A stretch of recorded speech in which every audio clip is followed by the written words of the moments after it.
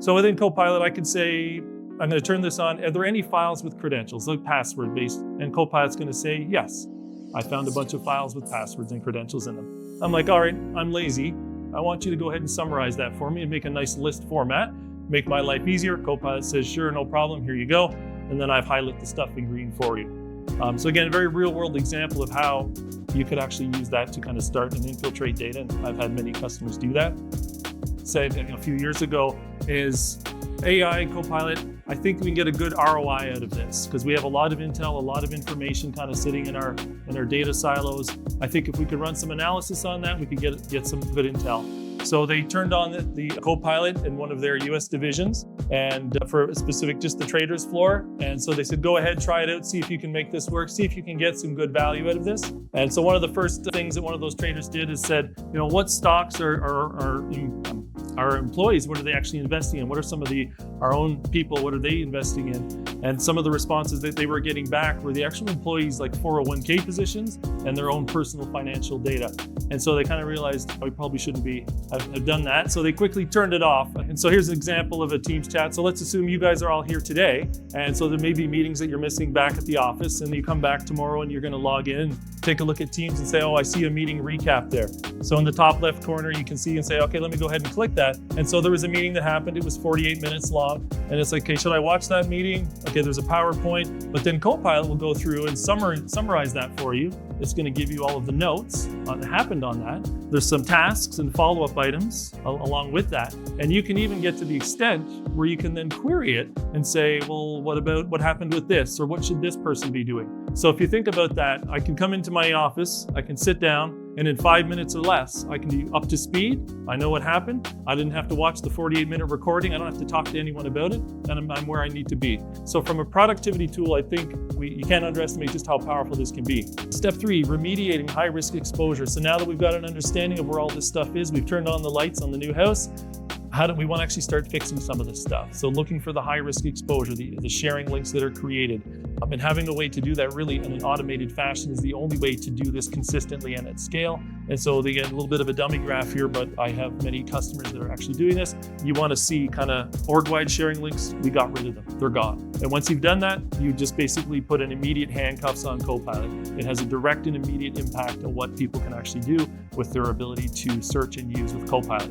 So we're only at step 3 of 8. But let's kind of go back to our initial example. So at the beginning I said, hey, were there any files with credentials? And the member said, yes, Copilot found some. So even just by doing these first 3 steps, I'm going to redo that query. And Copilot says, I'm sorry, I can't find anything, what you're looking for. So that's kind of the goal. Why is everybody not turning on Copilot or any AI? What are some of the challenges that they have? So Carl Kierstead, he worked with UBS Research and he went around, he talked to different partners, integrators, things of that nature. And he said, where are you guys at with Copilot? Where are you guys at with AI? And a lot of them just said, we're in a pilot. We're stuck in a pilot of Copilot. And he's like, well, how come? And it was basically security and privacy concerns was the overwhelming reason as to why most organizations have not turned that on.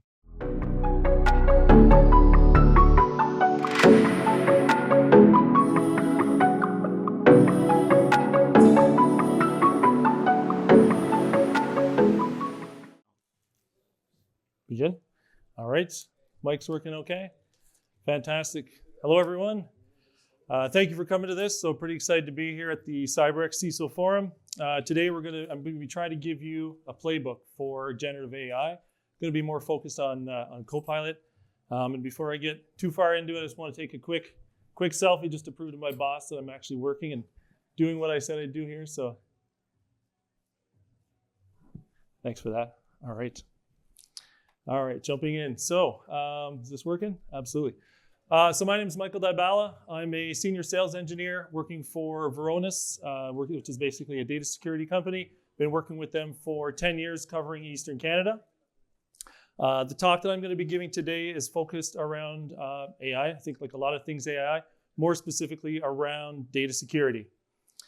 So we're going to be focusing on some of the challenges around implementing data security and AI around data security and some of those solutions around that. Fun fact, the little blurb there, I had AI write that for me. I said, analyze the PowerPoint and give me something on that. So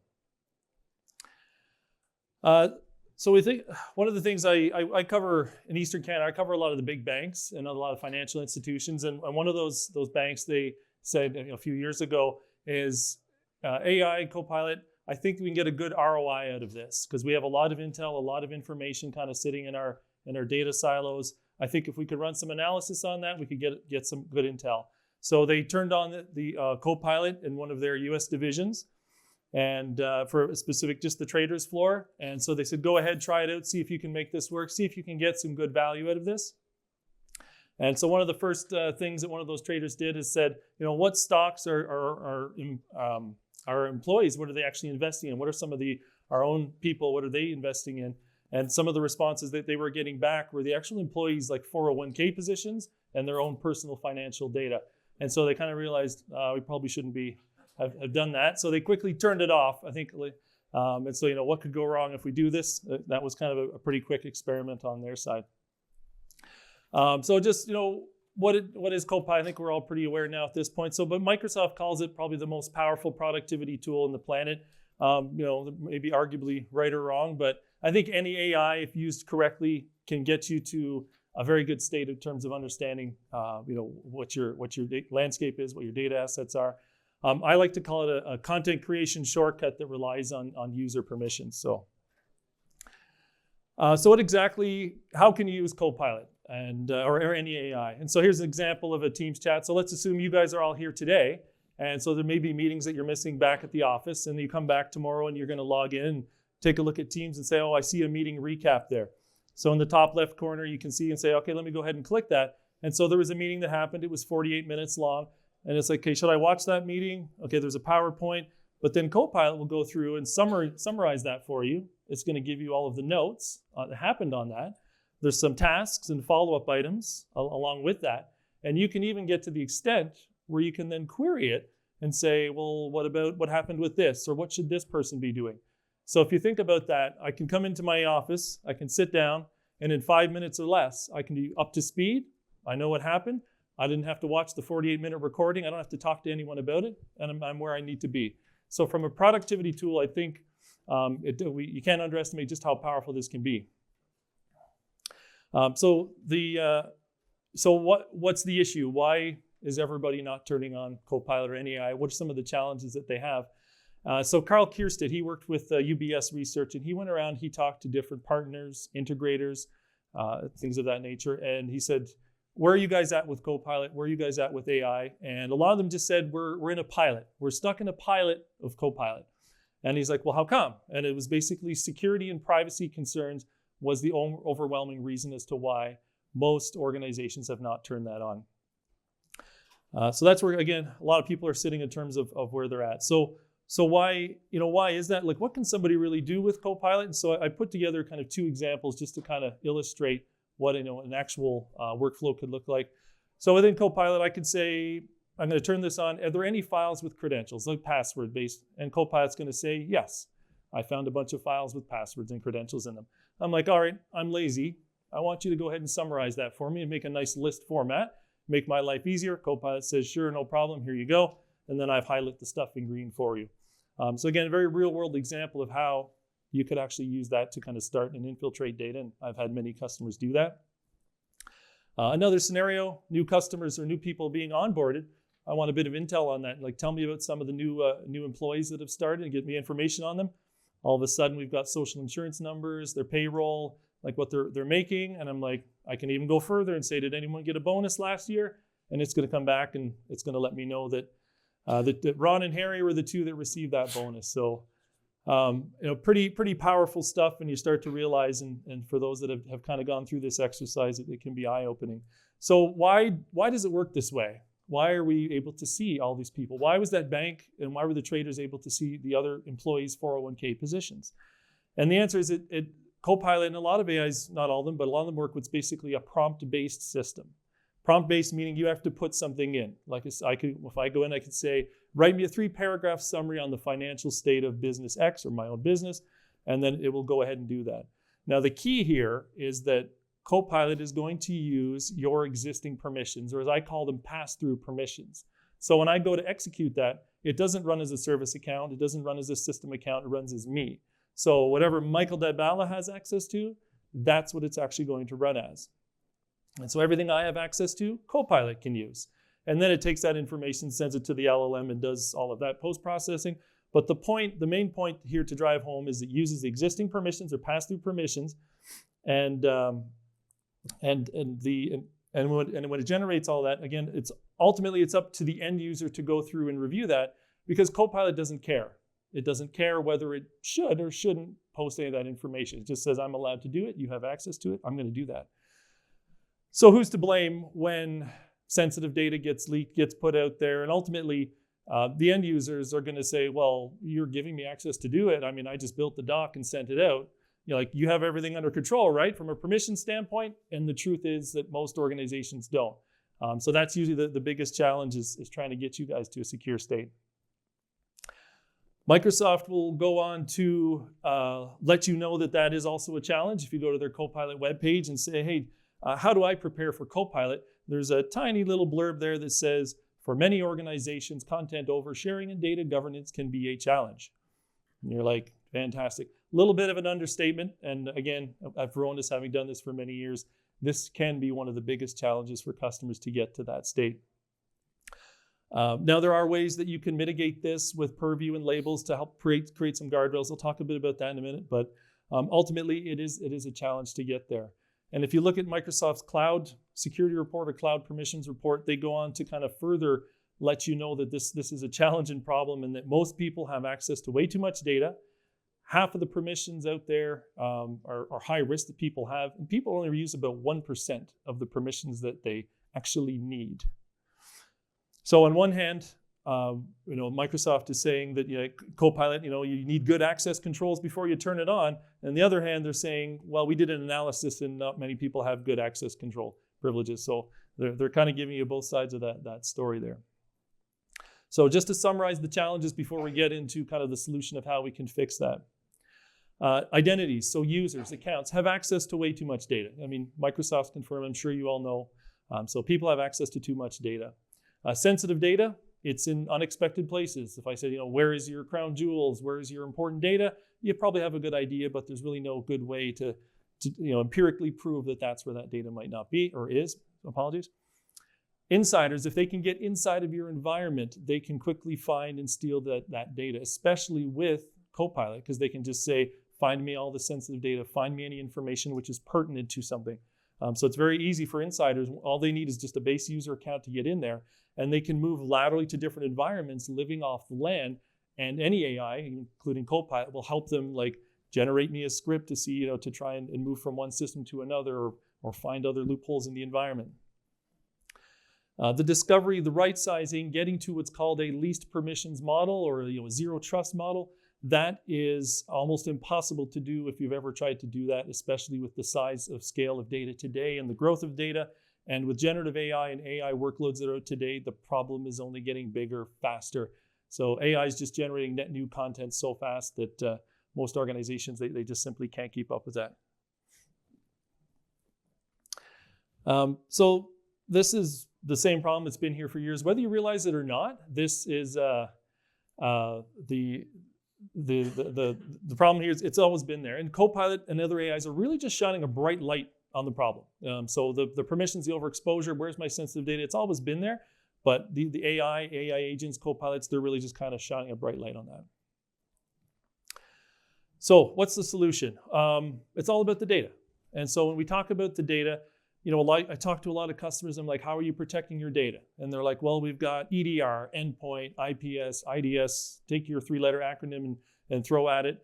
And at the end of the day, I was like, okay, so you're protecting people from actually coming into the environment, but what about the actual data? So all roads lead to the data. People don't break into banks to steal pens. Like they want the money, right? The stuff that's in the safe in the back. So imagine a bank just had a wide open safe and they never locked it. It's like, okay, you got all these armed security guards. So it's kind of the same concept here when it comes to the data. We need to protect the data.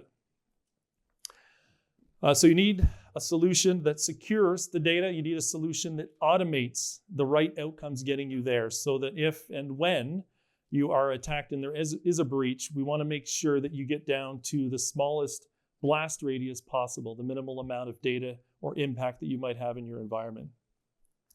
So protecting data, that's really the main objective here, that we're trying to do. Any other method ultimately just leads you to the wrong outcome. So we need to kind of focus on 3 areas. I want you to remember kind of 3 things. And those 3 things are basically find, fix, and alert. That's, I guess, as simple as I could make that. So what does that mean when we talk about find?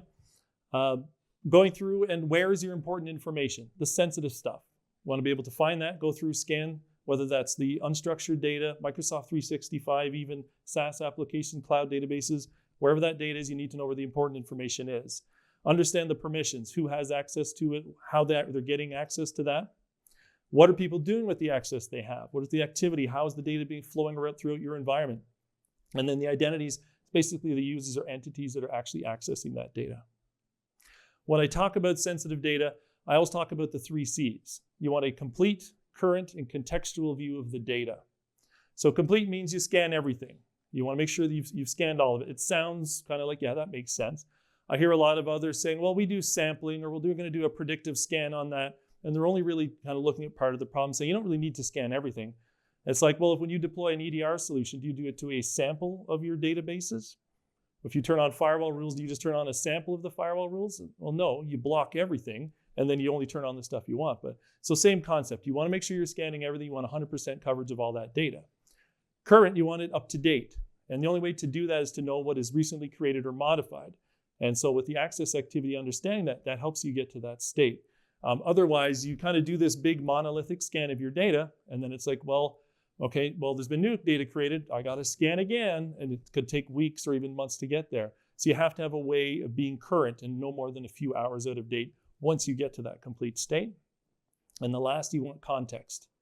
So going to say, hey, you've got a bunch of sensitive data. Hey, you've got a bunch of risk. You're just kind of like, okay, I kind of already knew that. But having context on that and saying that this sensitive data is at risk. So the intersection of sensitive data and open access is something you want to kind of address and look at, as well as anything like staleness or how people might be getting that data. So that's kind of that's the first vehicle. You need to find the problem. The second is fixing it. So you may have tools already, and there may be native solutions that you could use to say, yeah, we've scanned all our data, we know where all our important information is. I'm like, great. What have you done about it? And you're like, nothing. I'm like, okay. So you want to have a way to actually fix the problems as well.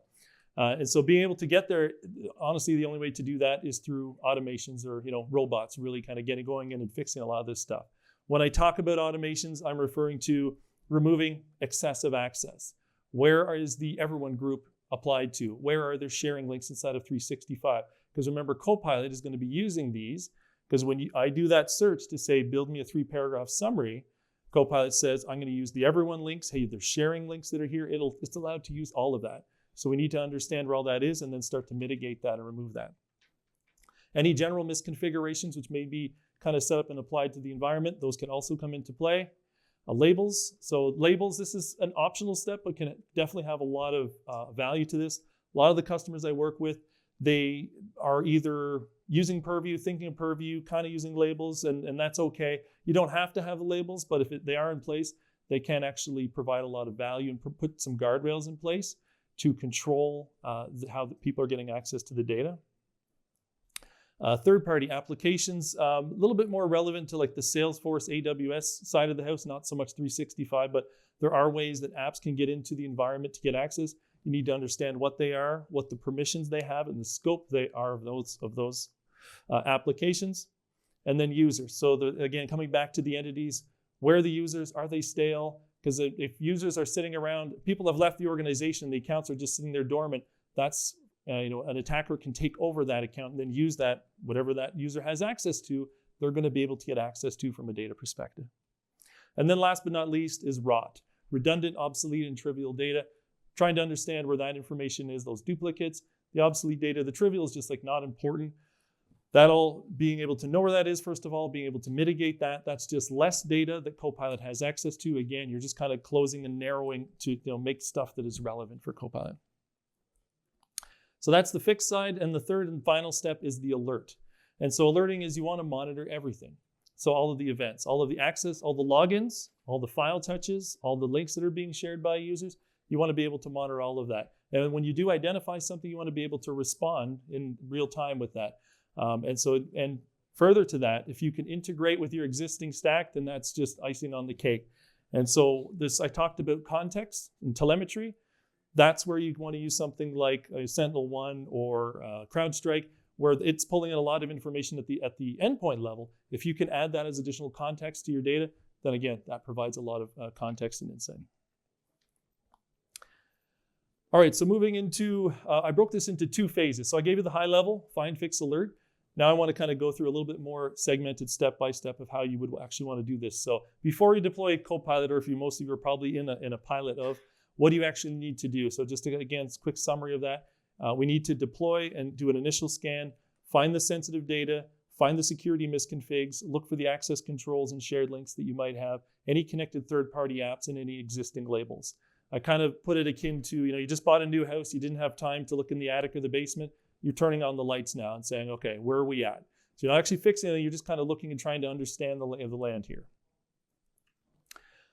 Purview sensitivity labels. So these are kind of good and bad. They give with one hand, take with the other. The good is Purview is really good at a DLP perspective. If labels are applied correctly and properly, then it prevents people from emailing out sensitive data or from sharing it, from printing it. Again, there's a lot of good that these can actually do. The challenge is, though, that a lot of them are not applied consistently, automatically, or you might be missing a label or the wrong label is applied. And so that's really a lot of the challenges that are in place. But once they are applied correctly, and you have a way to do that, we can definitely help with that. Then there is a capability within Copilot to say you have to respect the important labels, the highly restricted labels. And that's what I was talking about. You can put the guardrails in place with that. And so once you have all the labels in place and everything is identified, especially the top secret stuff, if you will, then you can say, hey, Copilot, you can't use that. And you're you're just kind of setting the rules of the road there. Step 3, remediating high-risk exposure. So now that we've got an understanding of where all this stuff is, we've turned on the lights on the new house, how do we want to actually start fixing some of this stuff? So looking for the high-risk exposure, the sharing links that are created, and having a way to do that really in an automated fashion is the only way to do this consistently and at scale. And so again, a little bit of a dummy graph here, but I have many customers that are actually doing this. You want to see kind of org-wide sharing links. We got rid of them. They're gone. And once you've done that, you just basically put an immediate handcuffs on Copilot. It has a direct and immediate impact on what people can actually do with their ability to search and use with Copilot. So we're only at step 3 of 8. But let's kind of go back to our initial example. So at the beginning I said, hey, were there any files with credentials? And the member said, yes, Copilot found some. So even just by doing these first 3 steps, I'm going to redo that query. And Copilot says, I'm sorry, I can't find anything, what you're looking for. So that's kind of the goal. That's the panacea, is just by doing those first 3 steps, we're already at a state where people, again, you put some guardrails in place, you put some handcuffs on, Copilot can't do and start to push out a lot of that sensitive data. From here, we can start to get a little bit better though. Let's review access to critical data. Where are the hotspots in the environment? Where else might, again, locations that we might not be looking at. So now you've gone beyond kind of the critical stuff, you've done the prioritized stuff. Let's start to kind of look at the greater landscape and then starting to enable some of the downstream DLP controls. So that could be within so this is more Purview centric. Again, optional step, not mandatory, but encrypting sensitive data if required, if that's part of your mandate and regulations you have to do. Preventing risking sharing, blocking attempting exfiltration. Again, all key points here to help you allow Purview to do its job better. And again, we can integrate with that. So at this point, we're now ready to turn on Copilot. So we're now enabling Copilot. People can now use this. We're now feeling in a better place that we've kind of put the guardrails in place. So what happens after that? Excuse me. Phase 2. Now, after deployment, what do we need to do? If you remember, so now we're kind of getting to the monitoring side of the house. You want to monitor every single activity that people are doing, where they're logging in, where they're logging from, the type of device, the location, the data they're touching. And so you can pull that from a lot of different places, but ultimately, the Microsoft 365 logs, a great place to pull that information from. Use that, assimilate that information, provide context on that, and then ultimately you have a good picture. Even to go so far as to look at the prompts. So what are people actually typing into that? So you can kind of uncover a lot around what people are doing. Worked with one of the customers in the kind Capacitor space, it was a very kind of highly contentious space where people were kind of leaving a lot. And we went through, we did a POC or risk assessment, and within the first few days, we were saying people like draft resumes with Copilot, kind of gather intel. And so it was very eye-opening to the CISO for him to say, wow, like some of my stuff is at risk here, and now I know who are the people that are basically causing a lot of this risk. Once we have monitoring all these events, now we can start to alert on this. So I'm learning on abnormal behavior. So detection like of risky or inappropriate activity. And this could be people just touching data, again, not necessarily directly through Copilot, but again, definitely can be, because remember, Copilot uses your permissions. So if we have all these events, we know what Copilot's doing, we know how it's being used, we can start to see if there's, again, like a surge of activity or abnormal activity of people trying to touch data, take data, steal data. It all is basically captured. So an important point to kind of keeping the house clean after you've bought the new house, you've turned on the lights, you've cleaned everything up. How do I keep this place clean? And that's the final step, is getting to a state of automations. The only, again, doing this for many years, I see a lot of customers really struggle is, I even had one customer, they said, we cleaned up everything, we're good, shook my hand, we don't need to speak anymore. And then they called me back 2 years later and said, yeah, problem's back again. Like we kind of said we were good, they went and did other stuff, and all of a sudden the initial problem that they fixed was back. So if you don't keep your house clean, you don't have the Roomba running up and down every day, it's going to get dirty. So you need a way to do that. You need to have a way to do that automatically to protect the data and provide those security policies. So high-level flight plan, everything we just went through, just to summarize all of this. So before you turn on Copilot, turn on initial scans, turn the lights on in the brand new house.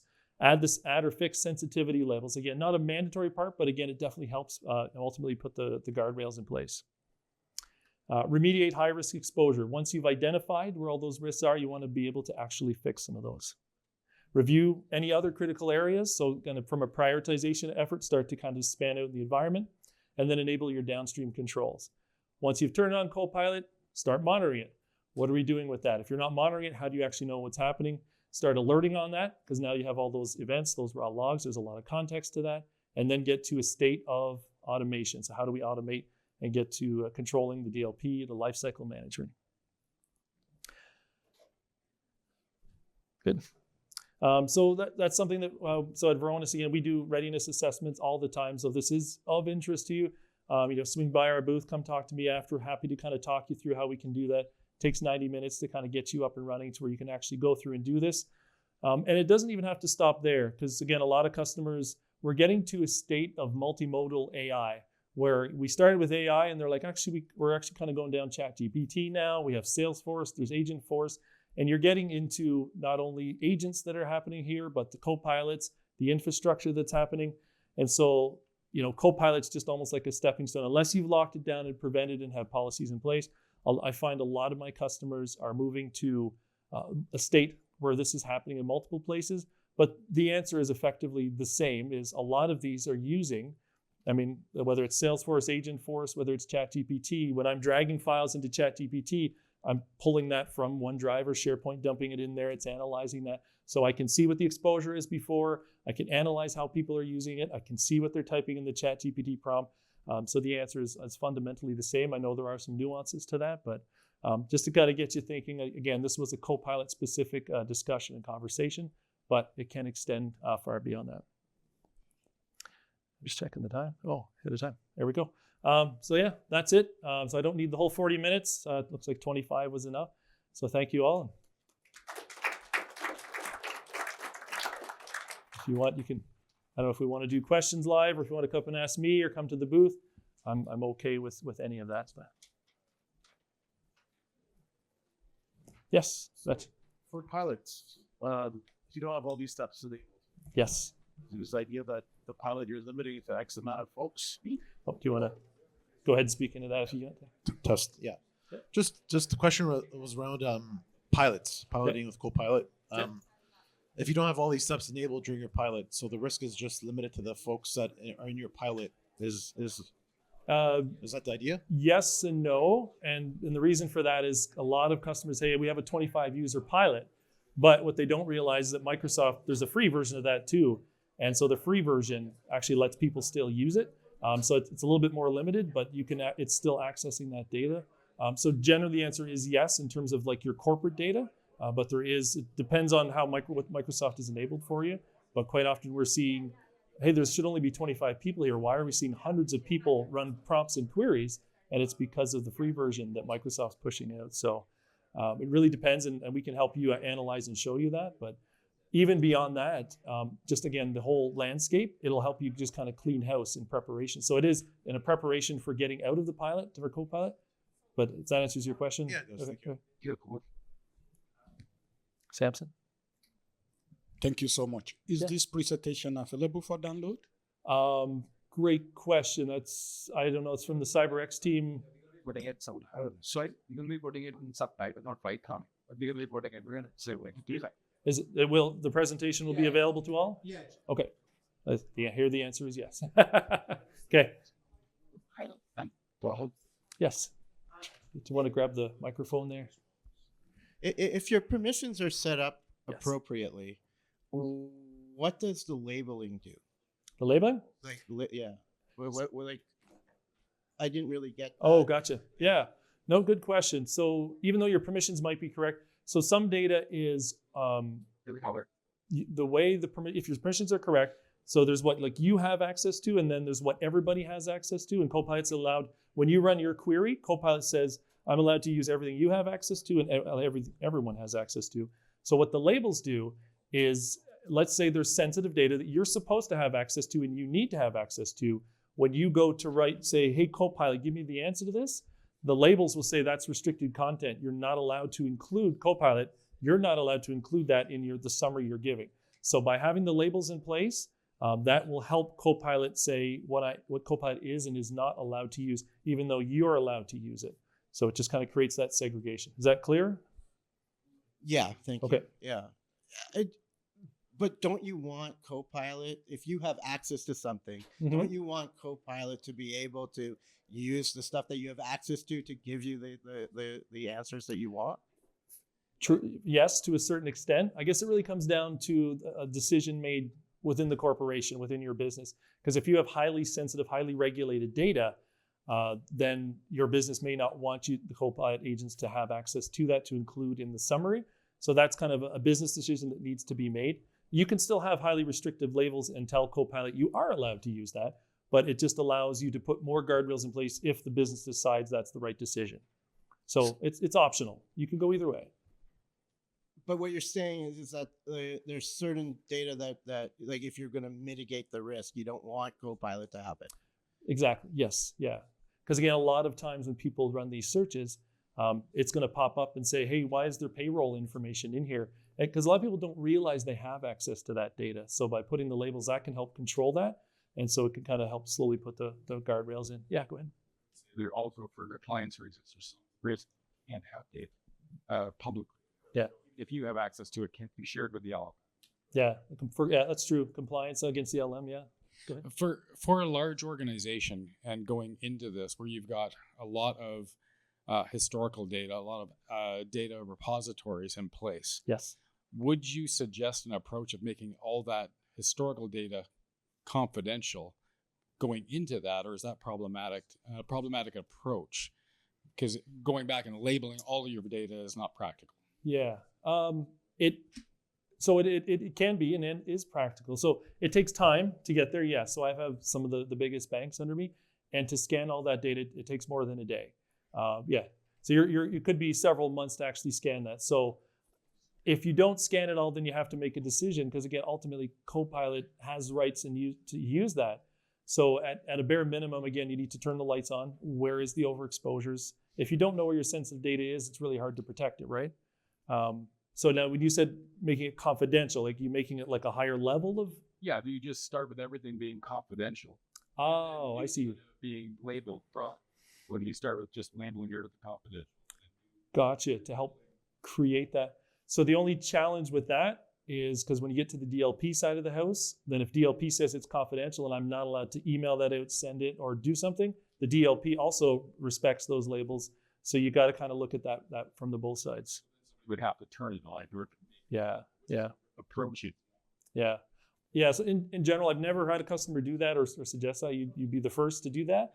I would say you make a decision and say, hey, if it's PCI, then it's highly sensitive. If it's PII, it's middle sensitive. If it's PHI, it's low sensitive. Make that decision up front, and then just have the robots go scan everything, identify that for you, and then at least you know, okay, we've done as best as we can, and that's where automation is the only way to truly get to that state. Sorry, I saw a microphone here. Go ahead. It was me.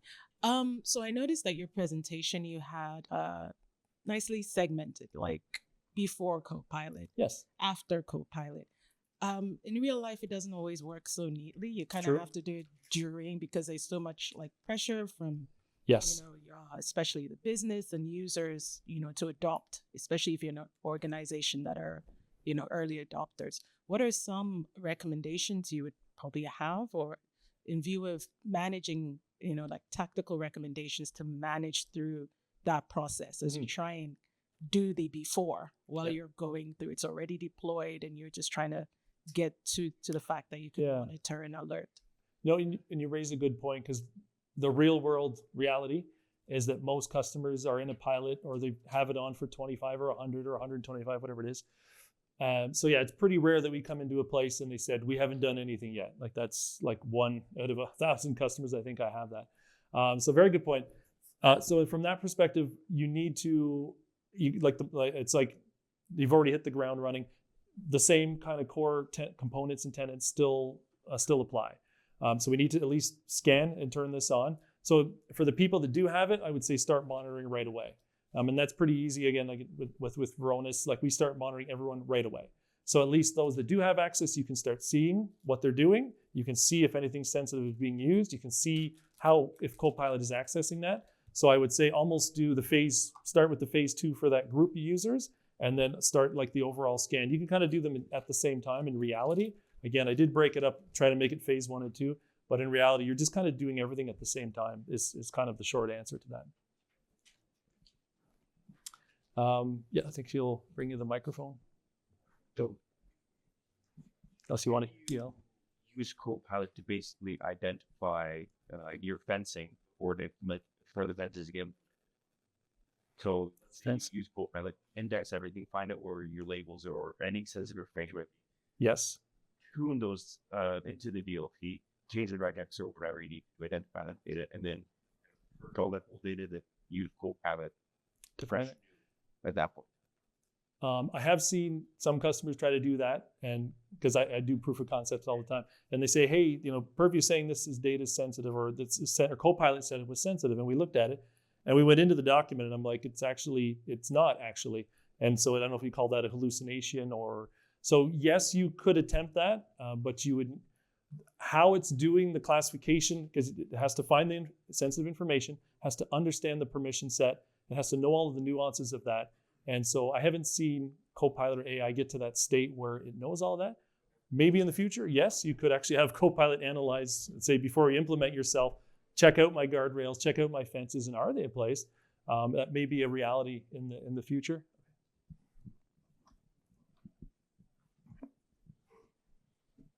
I think we got five minutes left, but go ahead. I'll be quick. No Thanks, worries. Michael. Fantastic presentation. I just want to do a sanity check. Again, going back to the point between before Copilot and then after Copilot, there's a lot of folks in the municipal space, including myself, that are in limbo with file on-premise network share, Yes. migrating onto SharePoint Online. Yep. Now, I understand Copilot feeds off from Graph API. Now, Correct. if things are not in SharePoint Online and things are in the network share, regardless of Copilot running in enterprise mode or not, it wouldn't see things running in the network share, or will it? Correct and good point. Yes, and I have a lot of customers that have data everywhere, on-prem, 365, cloud. So you're correct. Copilot today is only looking at what it sees as in itself, SharePoint, OneDrive, Teams. So it's not looking at the on-prem file system. You're correct. The challenge is that eventually that data may make its way into SharePoint, OneDrive, or people could email out through using files from the file system data, email that out. So you do want to understand where that data is. So if you are migrating, do I need to migrate everything? Is it important? Do I want to keep it on-prem? And then if somebody does email that out, you want the DLP to know that that was sensitive. So you're right, it won't impact Copilot immediately, but long-term, I think it's a good idea to go ahead and scan that.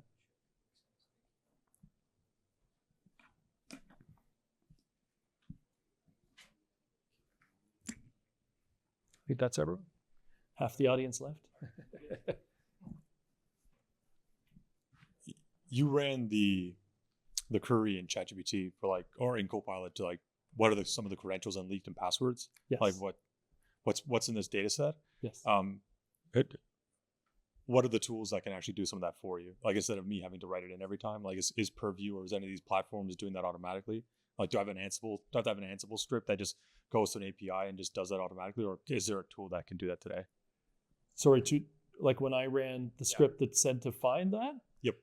You could use other tools, yeah. Like like ChatGPT would be able to do that. I think any AI, even like I've seen customers use like command line scripts to find sensitive data and passwords. So yeah, anything could. I think Copilot makes it super easy to be able to find that. But is there something that could just do that programmatically instead of you having to enter it and actually execute it yourself? Oh, like to kind of constantly check for that? Is that what you're saying? Yep. Say it's a daily or periodic thing. Like, is there stuff being leaked so we can detect it before it becomes a problem? Or I would say so. Varonis could do that. So it would do that by proximity of once we've scanned everything, then we know what's newly created, newly modified, and that tells our classification engine you need to go and rescan that. And so it basically has a complete and current data catalog of where all of your sensitive, where your passwords are, where your API keys are. So yes, like my customers that are running this today, they're up to date. They have a 99.9% confidence rating that they know where all that data is. Does that answer your question? Okay. Yeah, thank you.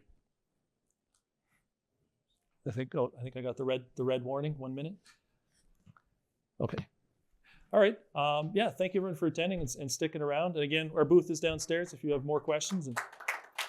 Wait, this. Any ritual.